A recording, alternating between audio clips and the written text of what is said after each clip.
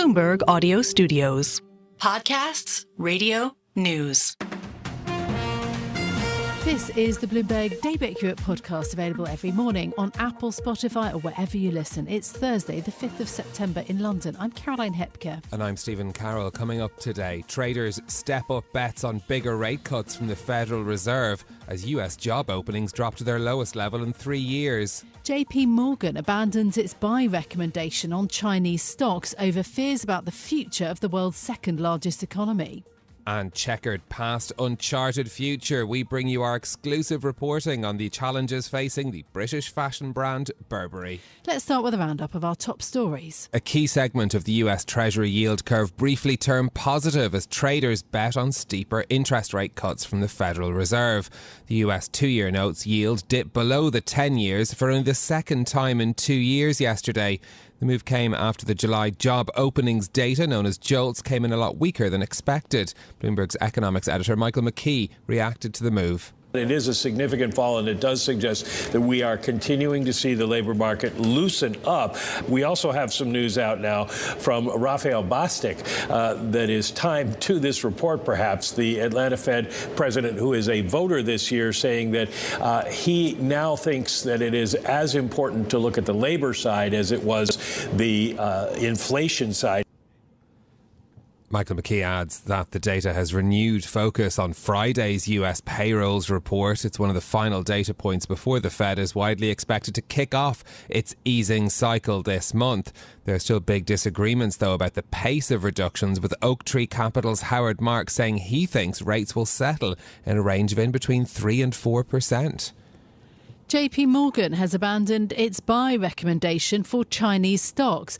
America's largest bank says that poor growth, tepid policy support and the US election volatility are all weighing against companies in the world's second largest economy. The lender joins a chorus of global firms moving money away from China into more attractive emerging market bets.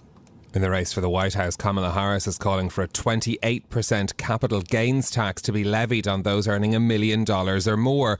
The current US capital gains tax rate is 20%. The Democratic presidential nominee says the measure would strengthen the US economy. If you earn $1 million a year or more, the tax rate on your long-term capital gains will be 28% under my plan, because we know when the government encourages investment, it leads to broad-based economic growth and it creates jobs, which makes our economy stronger. Kamala Harris speaking at an event in New Hampshire. Her proposal is less than the 39.6% rate advocated by current President Joe Biden. It comes as the Vice President endeavours to set out her own economic vision, sharing plans to expand parental tax credits and offer assistance to first-time buyers.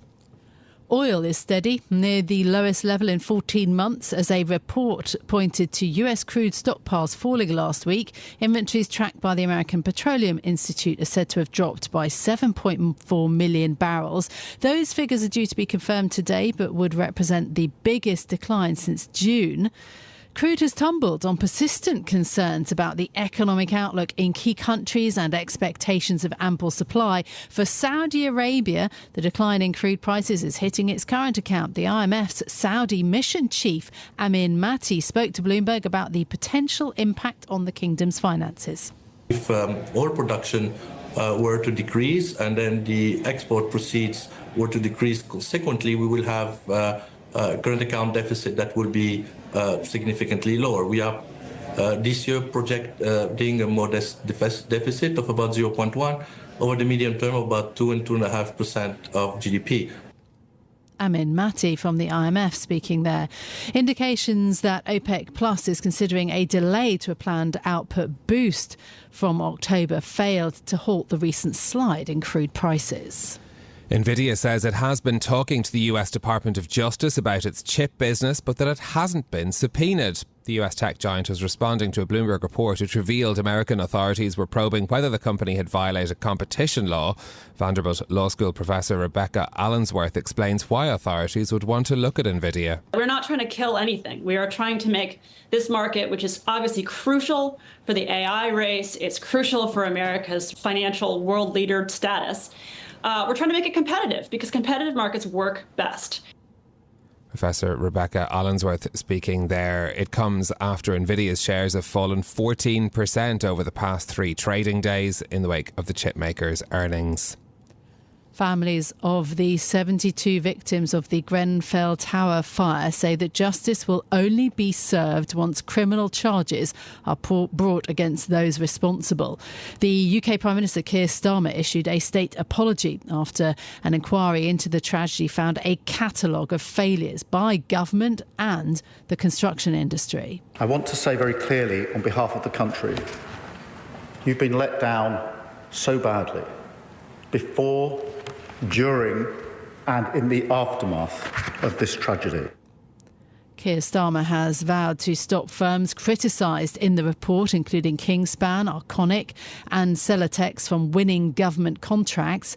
In response to the report, Arconic rejected, quote, any claim that its subsidiary, Arconic Architectural Products, had sold an unsafe product.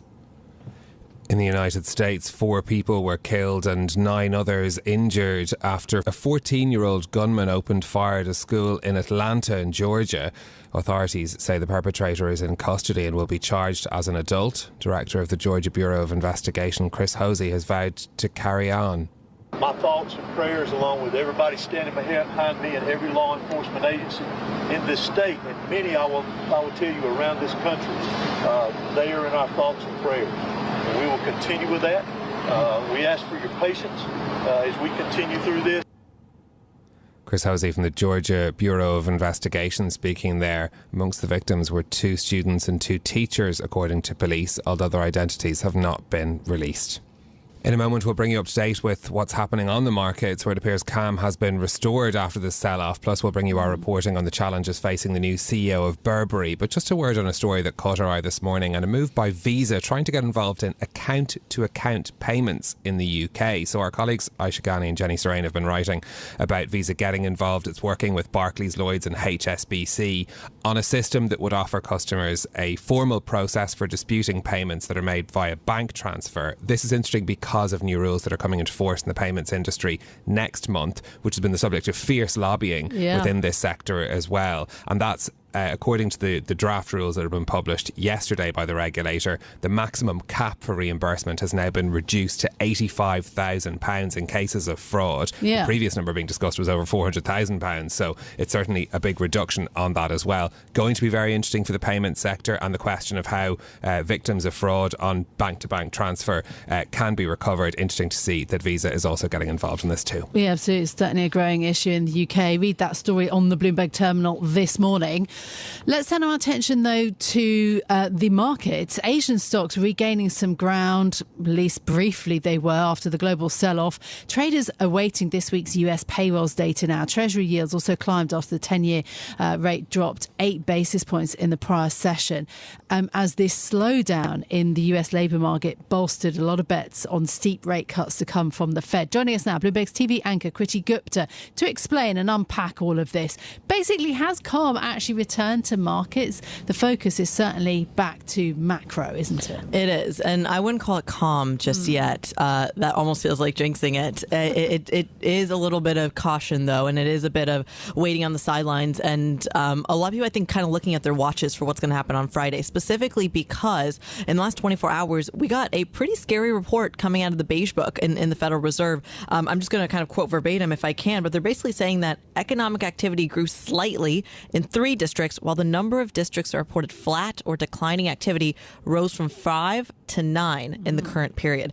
That's a big deal. So basically 9 out of 12 are either flat or declining. So those are kind of signaling pretty strong recessionary signals. If you think about it, contraction, a big chunk of it. If you look at what Bloomberg Economics analyzed, a lot of it is focusing on consumer spending. We keep talking about American resilience driving the global economy. What happens if that goes away? And then, of course, the auto and the home markets as well. That's where you're starting to see some of that weakness. And this is, of course, coming off of the weaker manufacturing numbers as well. So to your point, Caroline, the macro absolutely does matter. I think all eyes for a market's perspective is on that labor number on Friday, but the other signals are starting to flash red as well. And I think that's maybe what a lot of market participants are waiting for. But where it's showing up is not in the stock market. It's actually in the bond market, where bets for the September interest rate decision is now a 50 basis point cut, not 25. And interesting to see, to look too at the comments from Howard Marks and Moultrie as well, talking about rates settling between 3 and 4%. That's kind of an interesting, if you're looking a little bit further down the line on where things might end up. Yeah, the argument there is basically, and we've kind of heard this a little bit as well in the long term, that interest rate is higher for longer is here to stay, even after this period of normalization, which, by the way, we're kind of seeing in the disinversion or the uninverting of the disinversion of the curve. I always get this one flipped. But basically, the 2s, 10s curve, which has kind of been and has historically been somewhat of a recessionary signal. Not every time does disinvert is there a recession, but every time there's a recession, this is a curve that disinverts. And it basically is going back to normal here. And what that means is that you get more premium going further out in the curve with further time, taking on more risk in the long term than you do in the short term. And that hasn't been the case for the last 2 years or so, a lot of because of the Federal Reserve's decision making. So the argument that Howard Marks is making is that, yes, things may come down, things may normalize, the Federal Reserve may be able to have this soft landing with a 50 basis point or a 25 basis point cut, wherever he stands on that. But that doesn't mean that the long-term interest rates are going back to 2% or even below, which, by the way, is not the case here in Europe. Yeah, absolutely. And in terms of thinking about the payroll data then Friday, I mean, Powell has made it clear that it's now much more about employment than it is about inflation. So obviously that's going to be a huge issue then on Friday. Kriti, thank you so much for being with us this morning. Bloomberg TV anchor Kriti Gupta. Now to a special report about the woes at fashion brand Burberry as it brings in new CEO Joshua Schulman. The trenchcoat maker has seen sales and profits tumble as it tried to elevate the brand to compete with the likes of Hermes and Louis Vuitton, leaving questions about the future of the brand. Joining us now with more details is our European luxury reporter Angelina Roscoet. Angelina, good morning to you. Burberry has seen a string of leaders and strategies over the past decade. How bad is the situation at the company now? Yes, hello. Indeed, I mean, we found out this week that Burberry will stop being traded on the FTSE 100, so it's being relegated. That's after basically its stock price has tumbled since the record high of April last year. It's fallen by 75%. That's amid, tumbling sales and profits. I mean, the background is basically the overall situation, the macro picture. There's clearly been a slowdown in luxury demand with inflation hitting. And Burberry is situated in the middle. If you look at the luxury pyramid, there's, the most exclusive brands at the top. You think about Rolex, about Patek Philippe, or about Hermes. And Burberry is really like, between affordable luxury and the top. And it was on a strategy basically to elevate itself, to become more exclusive in the eyes of the consumer.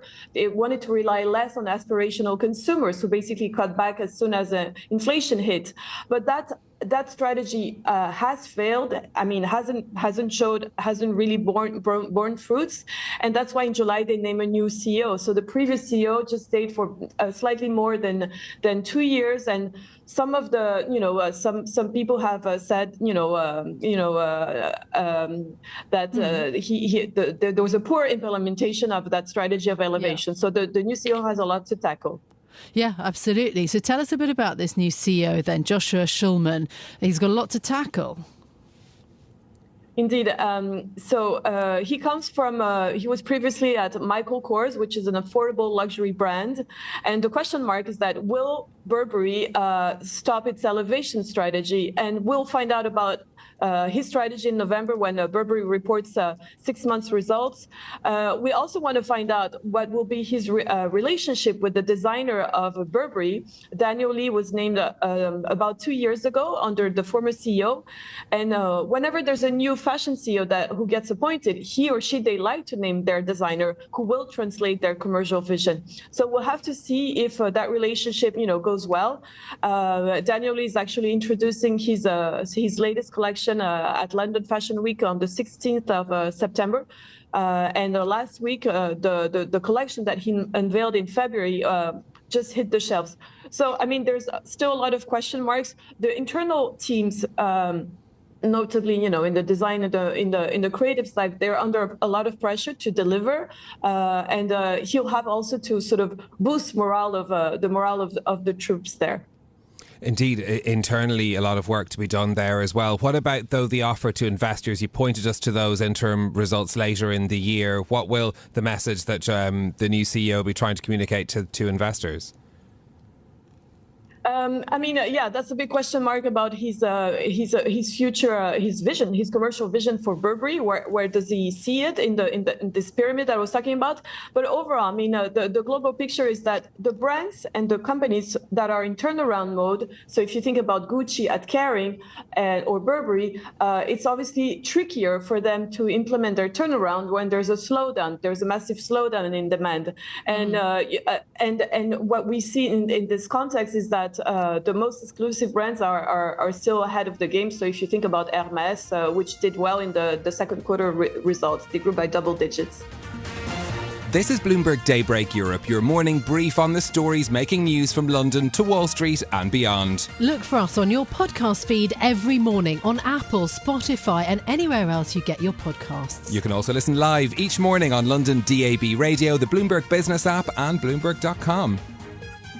Our flagship New York station is also available on your Amazon Alexa devices. Just say, Alexa, play Bloomberg 1130. I'm Caroline Hepker. And I'm Stephen Carroll. Join us again tomorrow morning for all the news you need to start your day, right here on Bloomberg Daybreak Europe.